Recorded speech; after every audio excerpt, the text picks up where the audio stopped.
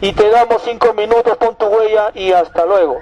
Entonces, no ha habido, hasta donde tengo conocimiento, no hay ley que obligue al empleador a entregarle anticipadamente su contrato para que la persona con toda calma vaya a su casa, lo revise, lo examine, piense si está bien, está mal, si los horarios le conviene, las horas le conviene y si el sueldo le conviene. Creo que solamente en el sistema financiero se da esto de llevarte el contrato para tu reflexión y análisis. ¿Cuántos malos tratos, cuántos malos contratos se podrían evitar si hiciéramos esto? Actualmente la remuneración vital, el sueldo mínimo en Perú es uno de los más bajos de Latinoamérica, según dice una de mis fuentes en Wikipedia.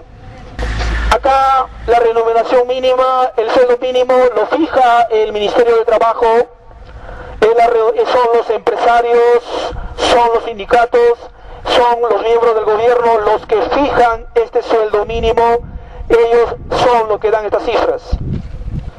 Otra cosa importante es que en otros países no solamente se fija el sueldo, se fija la cantidad de horas que las personas tienen que trabajar. No solamente se trata de que te vamos a pagar el básico, sino también se trata de decirle a las personas cuántas horas realmente que tienen que trabajar. El promedio es, coja uno por favor, es gratuito.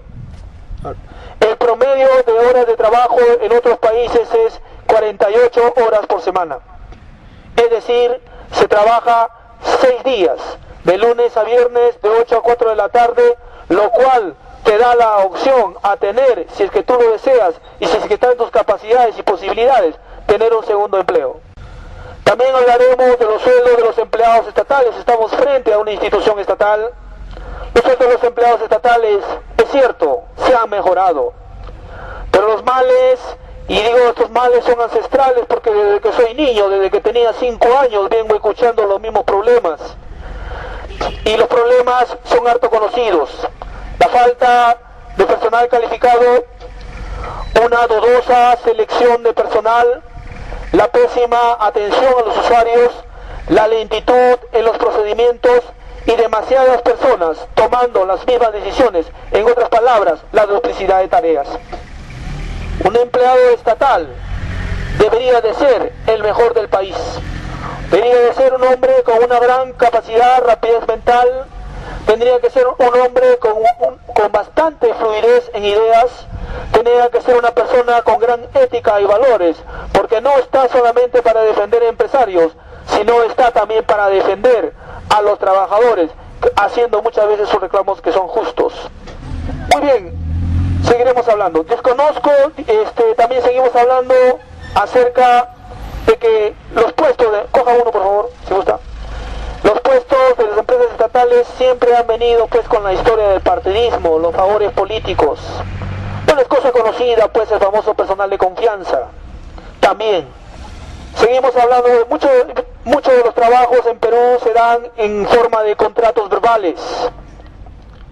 Contrato verbal quiere decir un acuerdo de ambas partes, pero estos contratos verbales funcionan cuando tenemos gente honorable, gente que va a cumplir sus pactos y compromisos.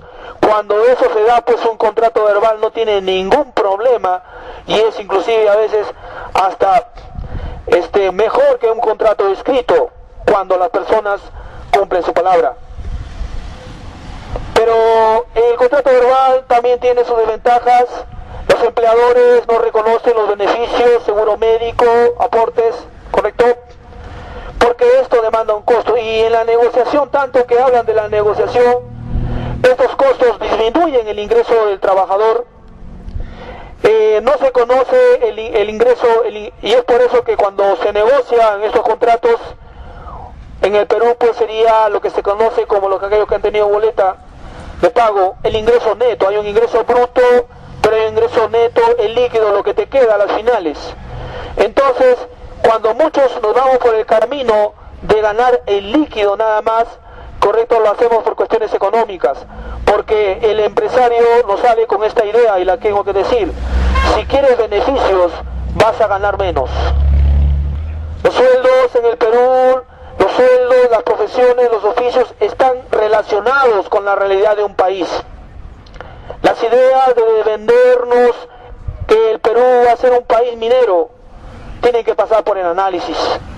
La minería, señores, beneficia a ingenieros metalurgistas, la minería beneficia a ingenieros de minas, la minería beneficia a ingenieros mecánicos, la minería beneficia a los proveedores de las minas, a las empresas de transportes, pero ¿qué hay del resto de profesiones? No estamos en contra de que ellos tengan iniciativas laborales, pero sí queremos que no se excluya en el análisis al resto de profesiones para que haya una distribución del trabajo. Después hablaremos de las cifras para tener un mejor análisis. El Ministerio de Trabajo, hay que decirlo, ha tenido una larga lista de abogados en su cartera, ministros del Ministerio. Desde el tiempo de Alan García tenemos una gran cantidad de abogados, inclusive en las fechas actuales. Tenemos una abogada acá dirigiendo el Ministerio de Trabajo. El número de abogados que han pasado por el Ministerio de Trabajo, en mi opinión, es excesiva. Y no estoy desmereciendo las cualidades de la profesión, que se entienda bien, sino que pienso que es hombre equivocado en lugar equivocado.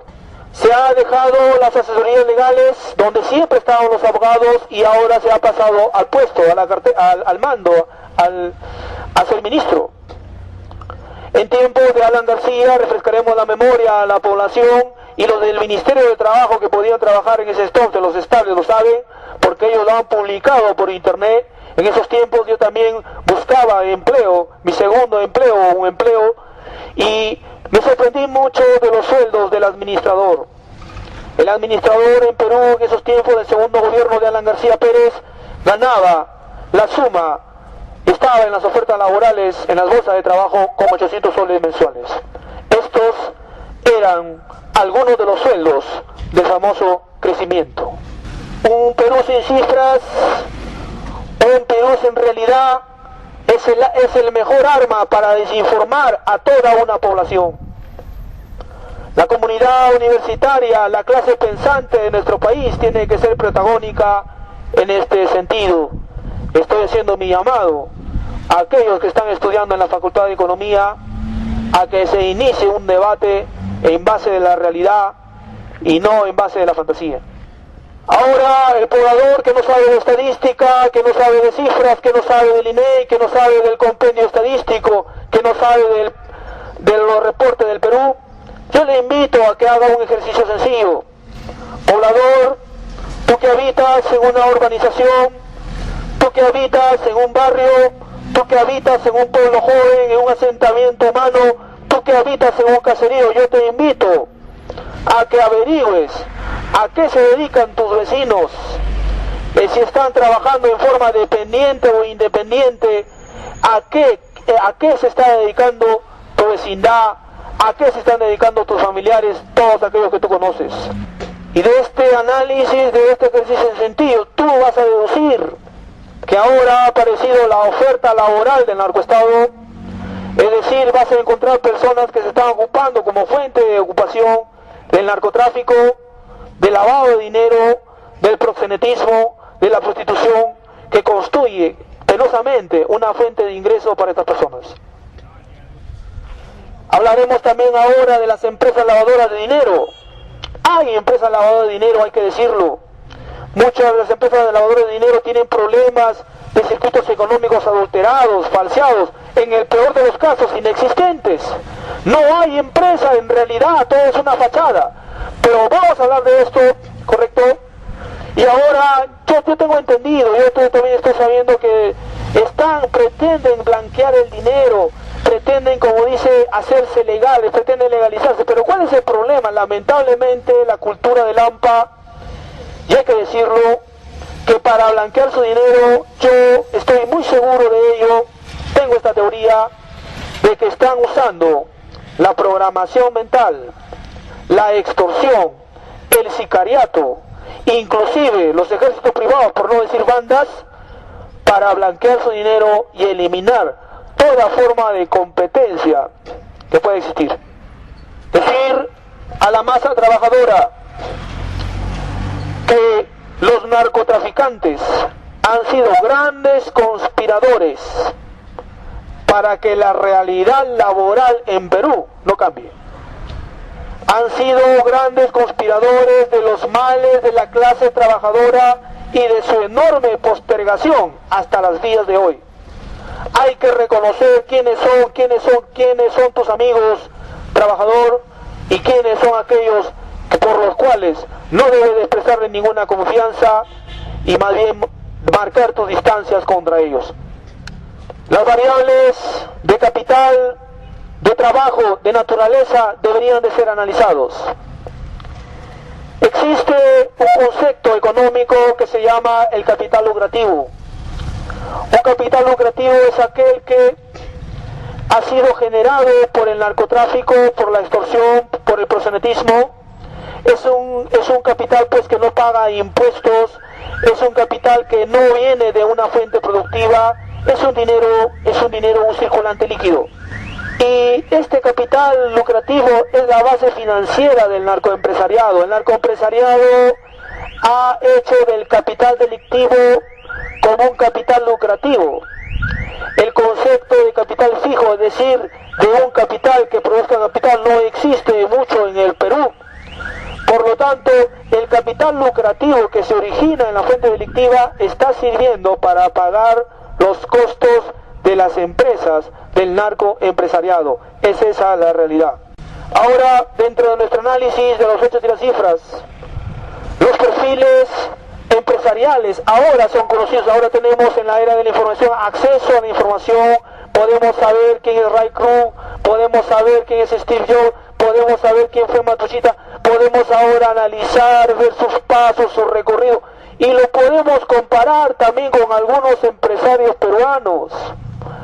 Y resulta que cuando los comparamos con los empresarios peruanos no encajan, no encasillan, no tienen el perfil, no tienen la idoneidad, no se parecen en nada, no tienen la condición, no tienen el perfil de un empresario. Entonces, ¿qué cosas son?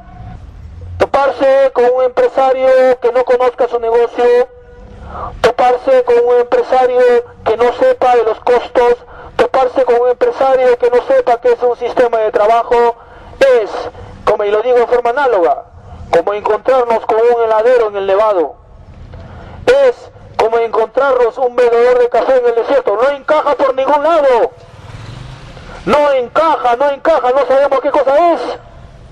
Pero usted me dirá, bueno, porque este es un tema de negocios, ¿por qué te metes en un tema de negocios? Pero no solamente es un tema de negocios, también es un tema que involucra cuestiones delictivas, que involucran también AMPA, sicariato, extorsión y ejércitos privados, como ya se ha hablado en discurso en Chiclayo cuando me referí a los penosos casos de la construcción civil que es de conocimiento público, los famosos chalecos. En el Perú, el desconocimiento acerca de las horas de trabajo ha hecho que muchos empresarios saquen provecho de este desconocimiento.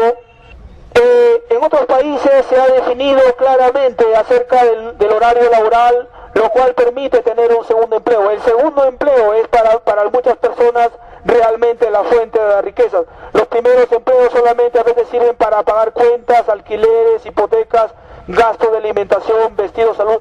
Entonces, los segundos empleos favorecerían... Nuestros derechos civiles están encima de gustos y pareceres. O sea, discúlpeme, pero nadie me puede prohibir, bajo ningún punto de vista legal, ejercer mis derechos civiles.